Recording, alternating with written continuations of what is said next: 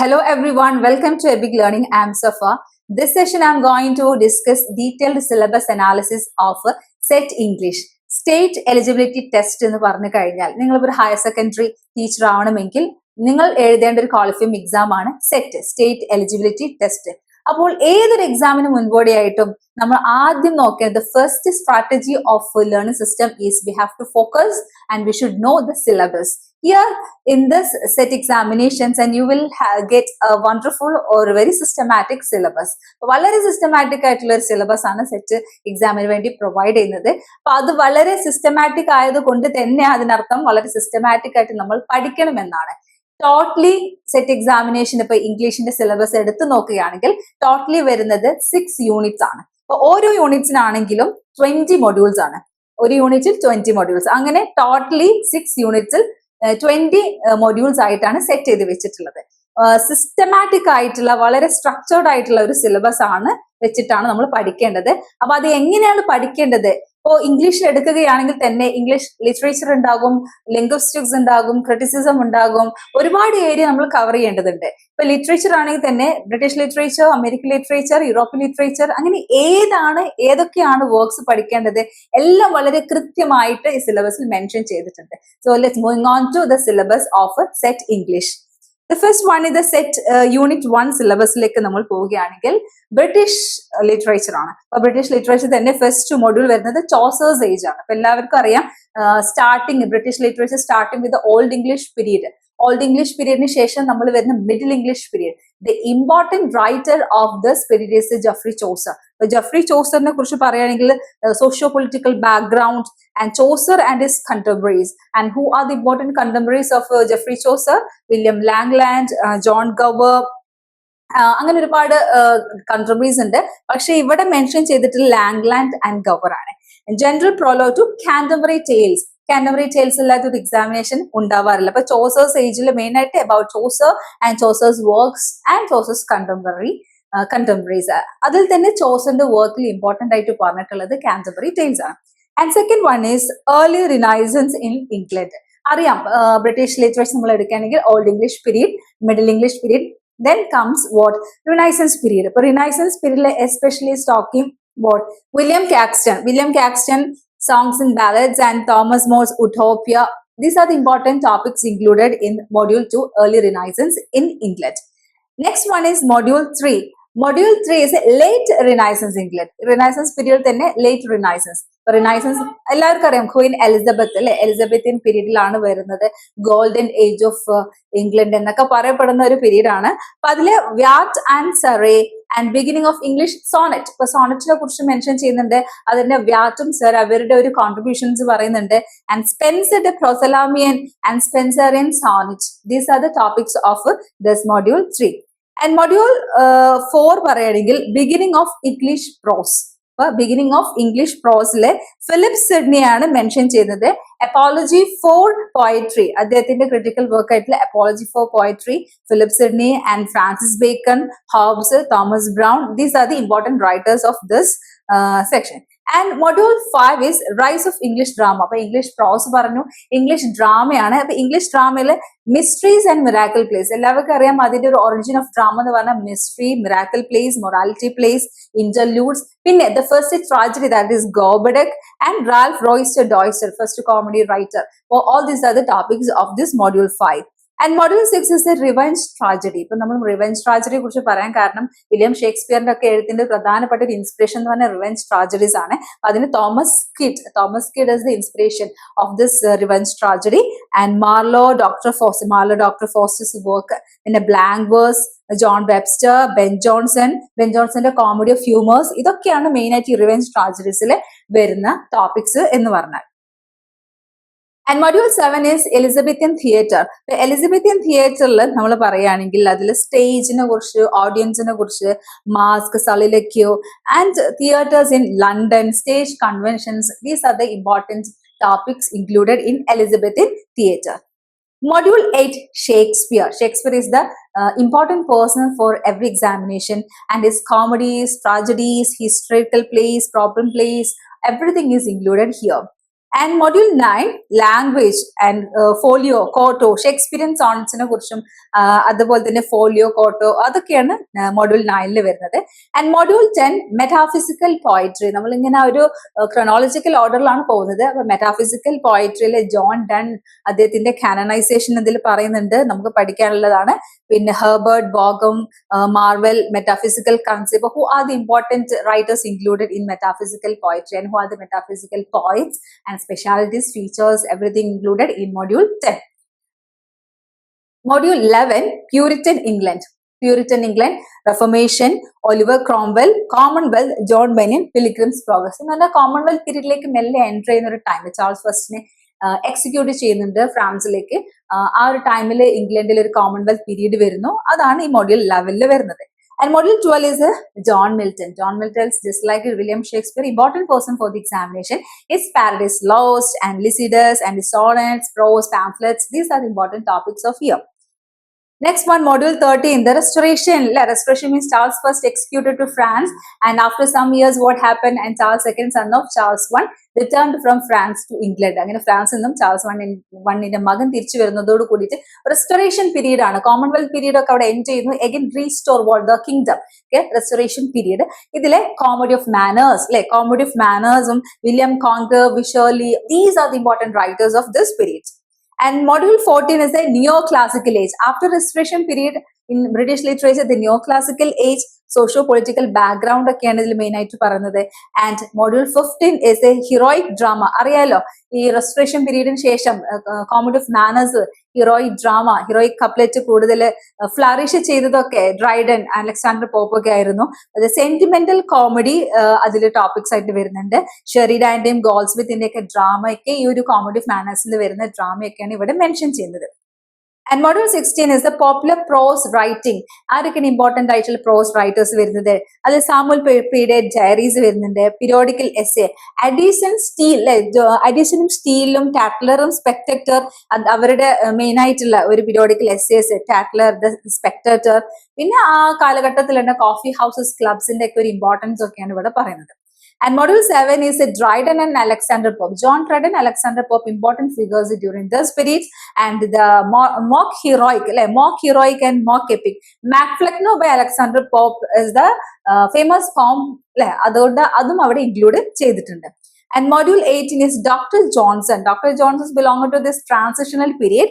Jonathan Swift, Burke, John Locke, the important authors included here in this module 18. And module 19 is Rise of the Novel. Rise of the Novel means Daniel Defoe, Samuel Richardson, an epistolary novel. Novel is written in the form of letters, that is epistolary novel. In a Smollett, Fielding, Picaris novel, everything is included in this Rise of the Novel. And module 20 is the transition poetry. Transition poetry എന്ന് പറയുമ്പോൾ അറിയാം, നമ്മൾ ഇത്രയും periods പറഞ്ഞു. അവസാനത്തെ മൊഡ്യൂളാണ് unit 1. ആദ്യം നമ്മൾ ചോസറിൽ നിന്നും സ്റ്റാർട്ട് ചെയ്തു. അതിനുശേഷം നമ്മൾ റിനൈസൻസ് പീരീഡിൽ വന്നു, വില്യം ഷേക്സ്പിയർ പറഞ്ഞു. പിന്നെ മെറ്റാഫിസിക്കൽ പോയട്രി, കോമൺവെൽത്ത് പീരീഡ് വരുന്നുണ്ട്. അതിനുശേഷം റെസ്റ്റോറേഷൻ പീരീഡ് വരുന്നുണ്ട്, ന്യൂ ക്ലാസിക്കൽ പീരീഡ് വരുന്നുണ്ട്. And next one is the transition period.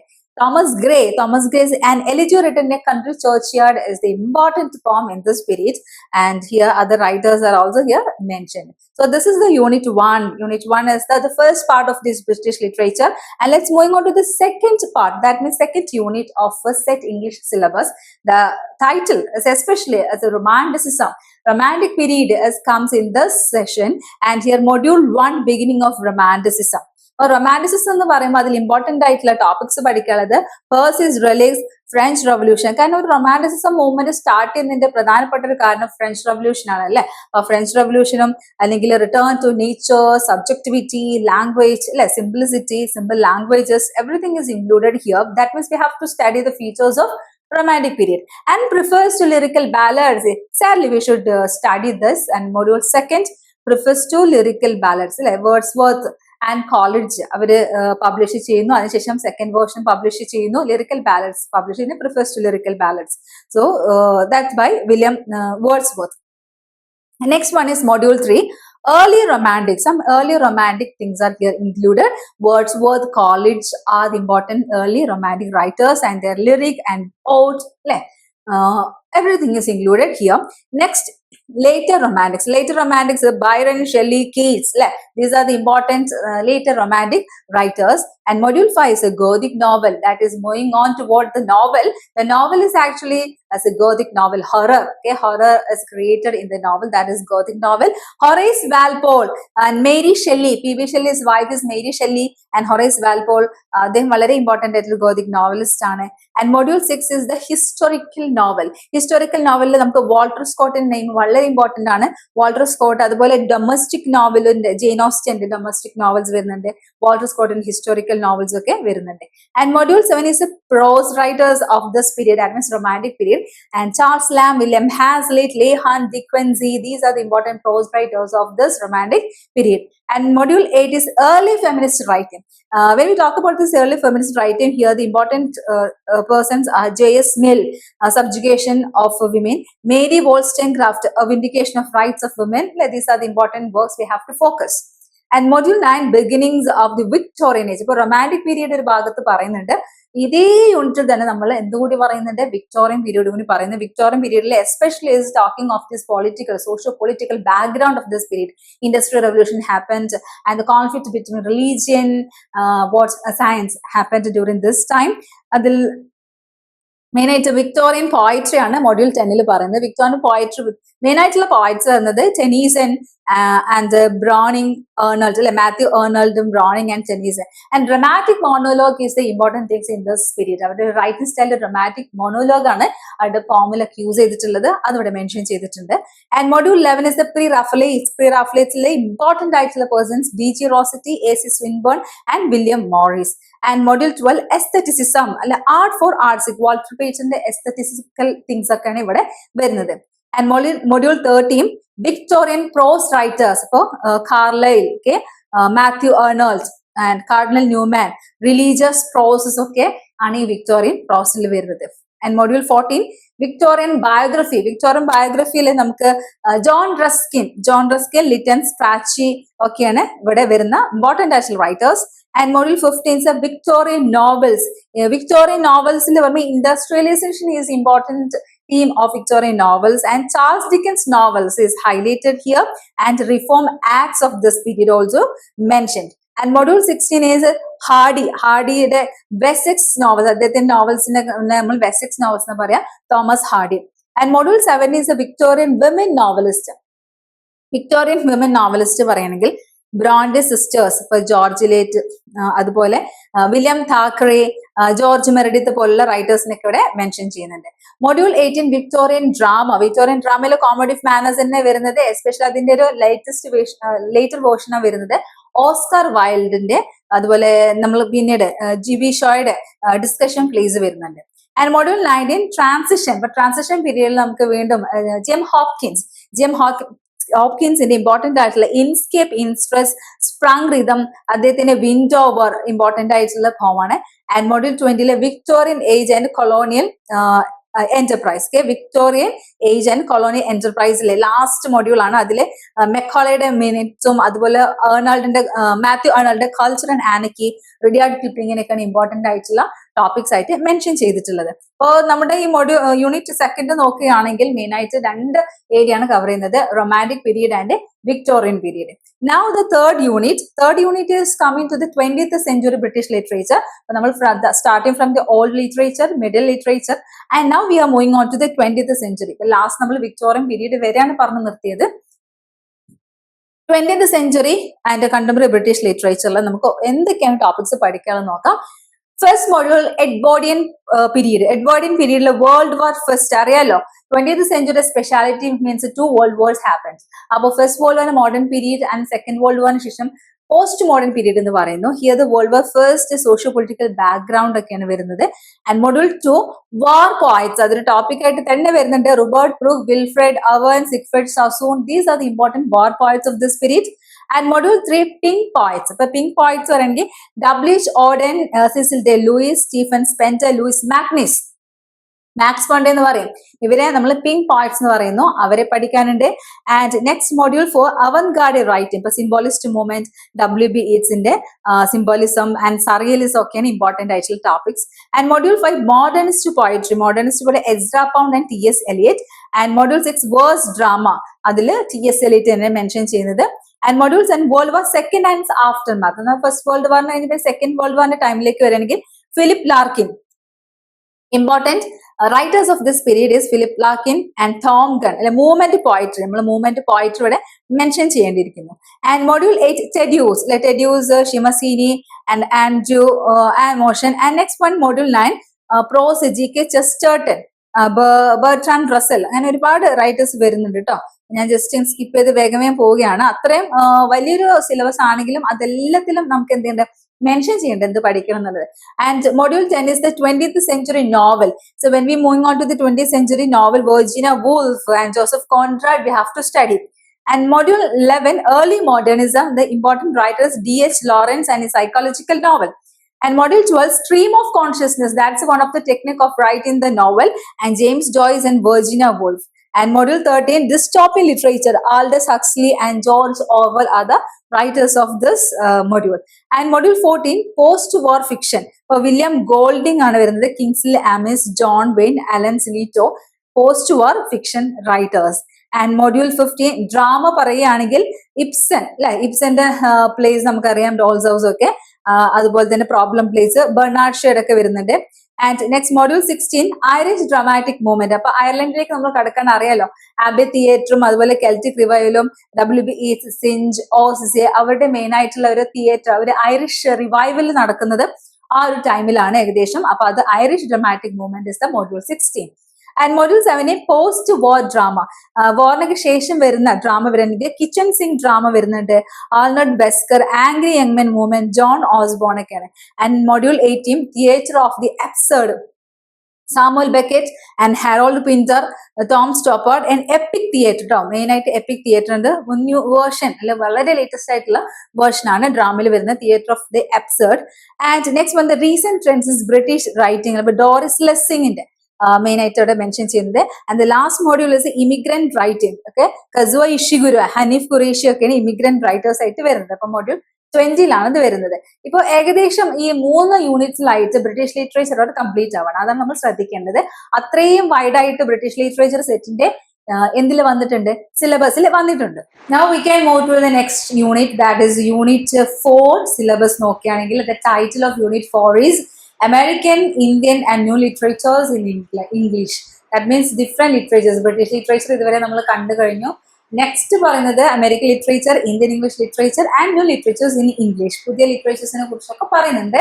First മോഡ്യൂളിൽ എക്സാക്ട്ലി എന്ത് തന്നെ ആയിരിക്കും, അമേരിക്കൻ ലിറ്ററേച്ചർ ആയിരിക്കും. അപ്പോൾ Pilgrim Fathers, Puritanism, romanticism in America, Emerson and Thoreau, ഇവരില്ലാത്ത എന്തായാലും ഒരു ടോപ്പിക്സും എക്സാം ഉണ്ടാവില്ല. നെക്സ്റ്റ് പറയാൻ 19th and 20th century American poetry main poets Whitman and Dickinson, Emily Dickinson ഒക്കെയാണ്, എഡ്ഗർ അലൻ പോ ഒക്കെയാണ് വരുന്നത്.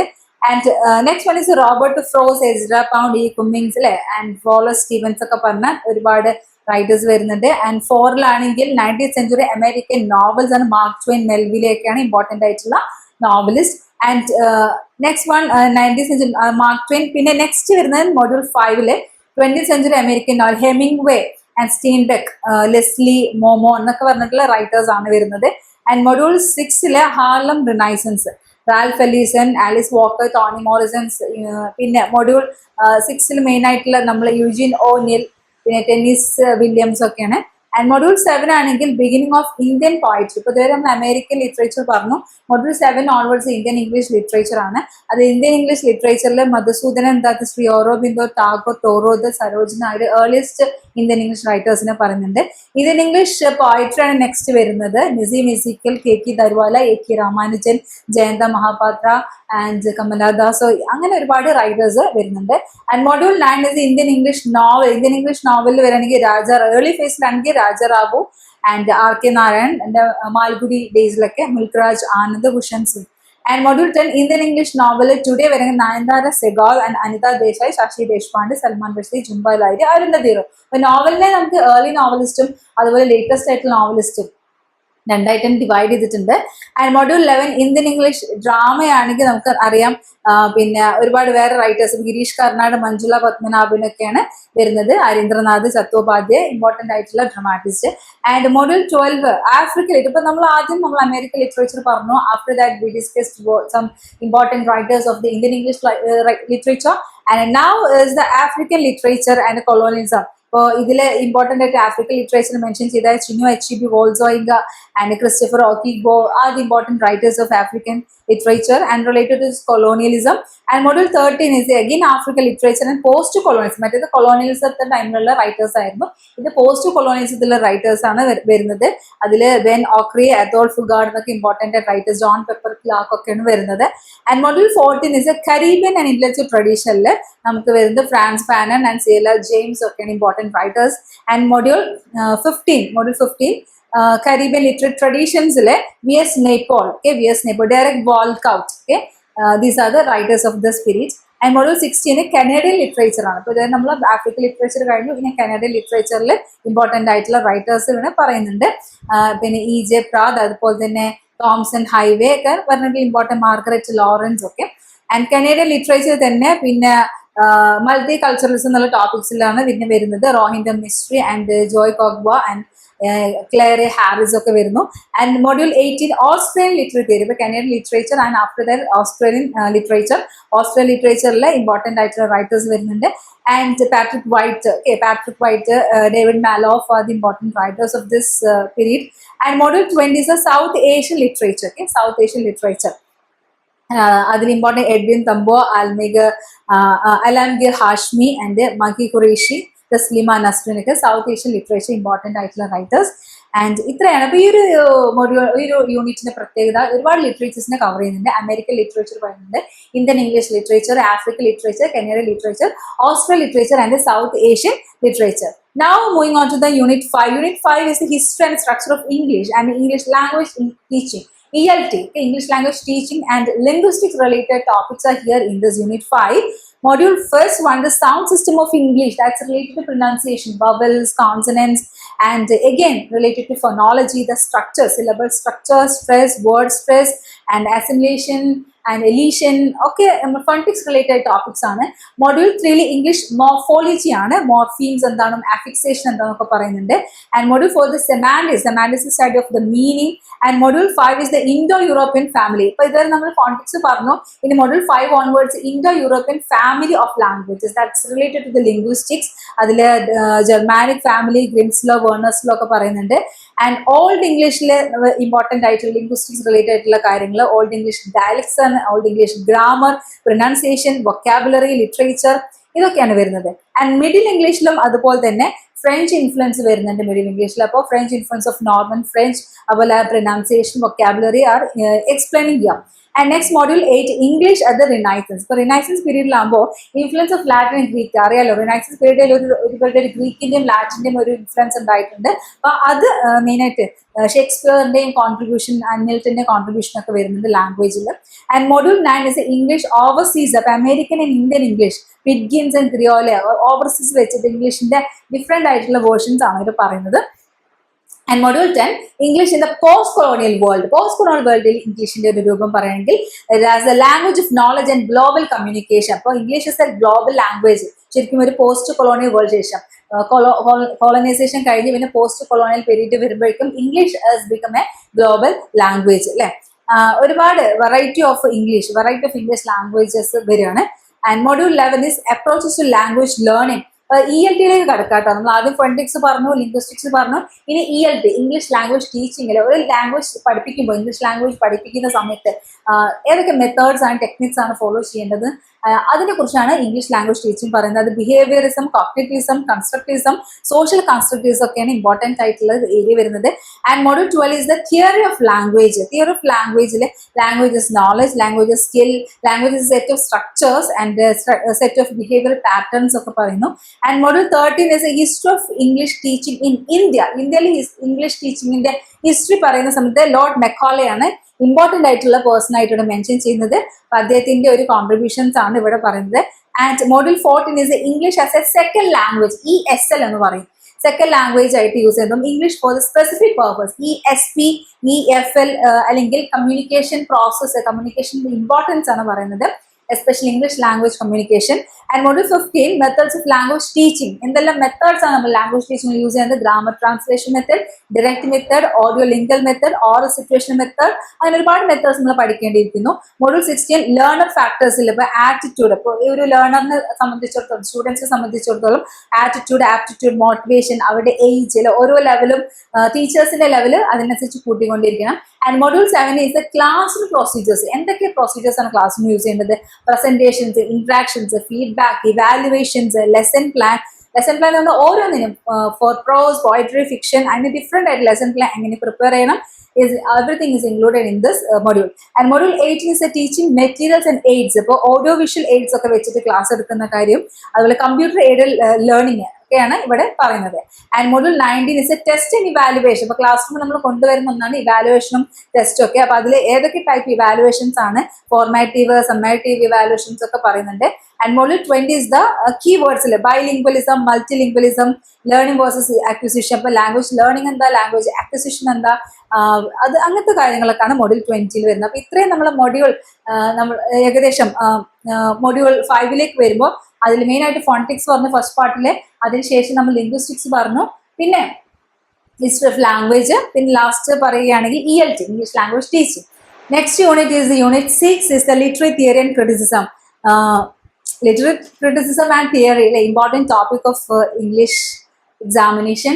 First one is Aristotle. The module 1 is Aristotle and his poetics and tragedy catharsis അതിനുശേഷം നമുക്ക് Aristotle ശേഷം ലോഞ്ചേനിയസിന്റെ sublimity and apology for poetry and doctor Johnson preface to Shakespeare and module 2 is romanticism ഇപ്പോൾ romantic പീരീഡിൽ വരുന്നത് മെയിനായിട്ട് negative കാപ്പബിലിറ്റിനെ കുറിച്ചിട്ടും അതുപോലെ തന്നെ തിയറിയും ക്രിറ്റിസിസവും ഒക്കെ അവർ വരുന്നുണ്ട് ആൻഡ് മൊഡ്യൂൾ 3 ഇസ് മാത്യു ഏർണോൾഡിന്റെ ഇമ്പോർട്ടന്റ് ആയിട്ടുള്ള തിങ്സും അതുപോലെ എലിയറ്റിന്റെ ഒബ്ജക്റ്റീവ് കോറിലേറ്റീവും FR ലീവ്സിന്റെ practical criticism and module 4 is William Emerson ambiguity പിന്നെ ക്ലിയർബ്രോക്കിന്റെ the language of paradox Richoon and new criticism and Freyr's archetypes everything is included in this module and module 5 is a liberal humanism ത്തിൽ turn into theory text identity language Russian formalism ഒക്കെയാണ് വരുന്നത് and module 6 is Marxist criticism is another topic of this literary theory and criticism